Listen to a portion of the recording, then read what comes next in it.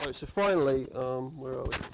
I'm going to talk about the digital as sort of the source of your data that you're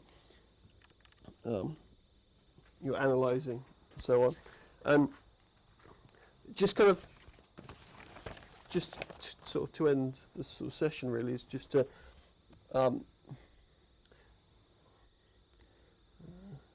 just want to sort of pull together some threads. Like, so people have already been talking about like the sort of digital and using sort of videos as like outputs, as ways of presenting your findings. But we're just going to sort of stop for a second and sort of go back and sort of talk more, just a little bit here about the digital as data, as actually what you're analysing in your research, for instance. Now, all of my research that I've ever done has always been based around video, like sort of different types of video, like in militaries, in sort of educational settings, and also sort of healthcare settings. More recently has been sort of my focus. So it's something I've always sort of focused on, and I've like and I think I was once told that in the education departments in Sweden, like half of the studies that are done in the education departments are now video based. So that's their sort of source of their materials. So it's quite important. But of course, there's been raised throughout, like today, like there are issues of privacy and safety and things that sort of obviously come up that are sort of problematized by looking at this. And we've already sort of talked about at a sort of great length sort of issues of ethics and boundaries and problems of consent and those kind of things. And what I'm going to do for you now is I'm just going to show you 2 or 3 short videos, and the content of them isn't particularly, you don't need to worry about. You don't need to sort of, oh, what the hell is going on here, or that kind of thing. It's not. I'm not trying to interest you. Go, oh, isn't this exciting?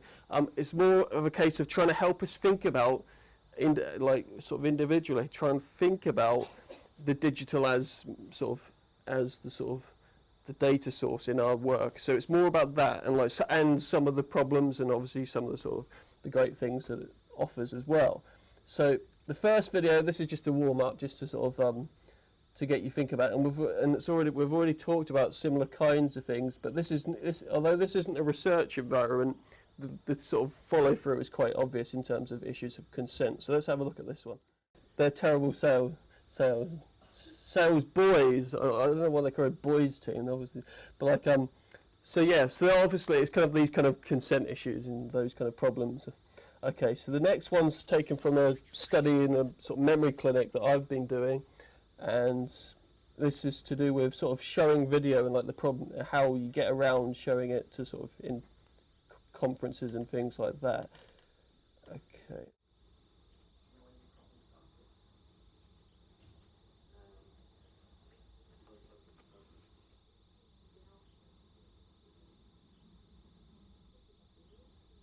So the thing about this is, like, the study that we're working on, one of the things we're kind of interested in is, like, especially the patients that have dementia do what's called a head turning sign. So they get asked a question, and like they defer, not in this clip, but often they defer by looking to the other party, and like normally they're sort of husband or wife and things like this. So, and we're kind of interested in gestures and how the head turn comes about. And the problem with that kind of stuff, and also with issues of gaze and like where people are looking, which makes it difficult when you're trying to present this stuff to like and how you go about sort of adhering to like the confidentiality and the sort of the anonymity of those kind of things, whilst maintaining enough of the detail to show the kinds of features that we're interested in.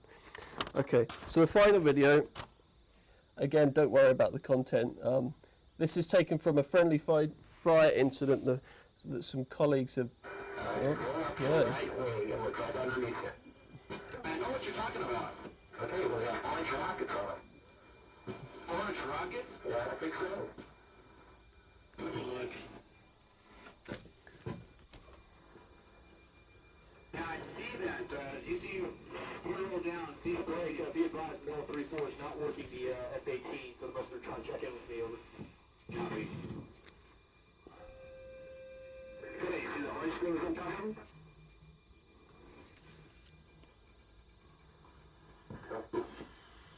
Pop-up 36 from Manila Hotel, are you able to switch to Crimson? Pop-up 36 is rolling in. Alright, you don't need to see the British soldier killed that happens at the end of the video. But the point here is kind of like the internet is a great source for research stuff, and there's also a great way around kind of sort of ethics problems because it's already out there, like it's publicly available and that kind of stuff. So like for me, and like my colleagues that have worked on sort of analysing this stuff, is it great access and availability to sort of first-hand military combat that you don't get, that we're not able to get. Like if you go through sort of normal media sources, you get obviously a very sanitised version of war.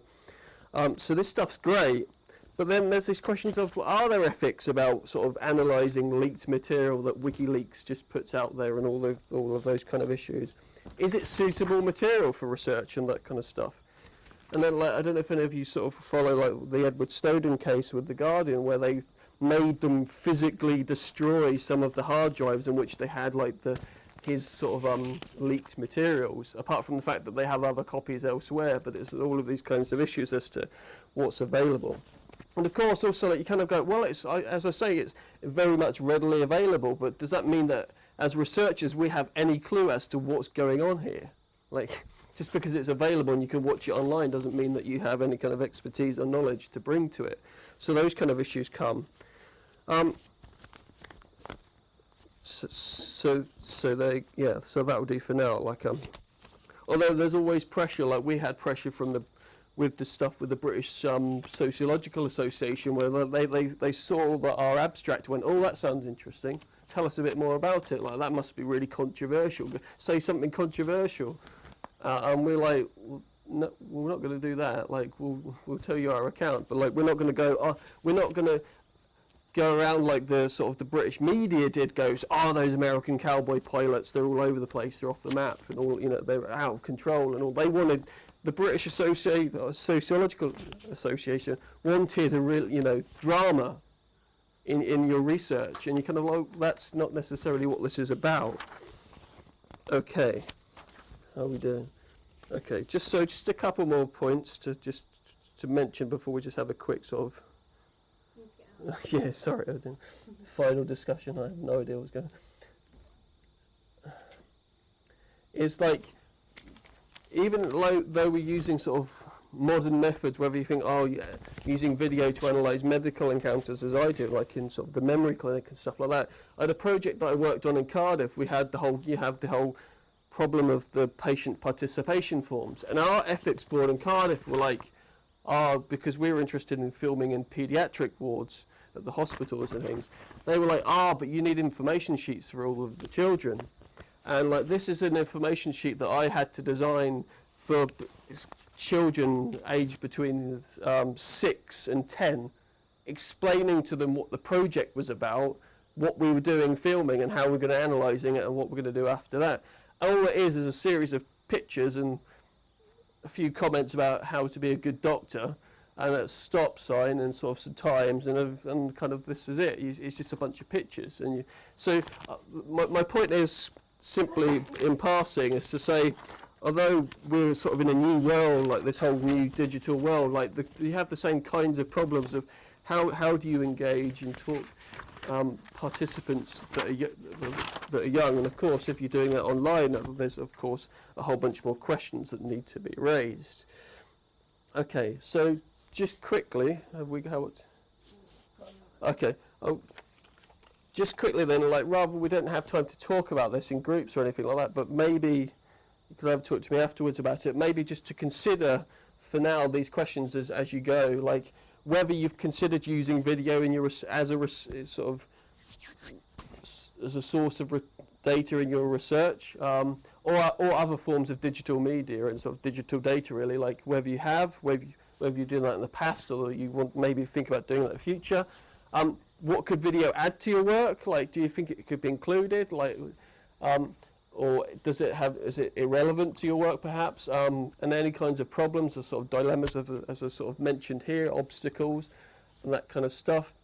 And also, as I say, like whether video has limited sort of suitability to your context. But maybe as you go, just to think about that, like it's been sort of talked about in bits and bobs across this afternoon, really, these kind of the place of modern sort of digital data and that kind of thing. So maybe if you go out, like, you can go away and think about that, maybe talk to me, or like you can obviously contact all of us to sort of, if you want to discuss these kind of issues further. Okay.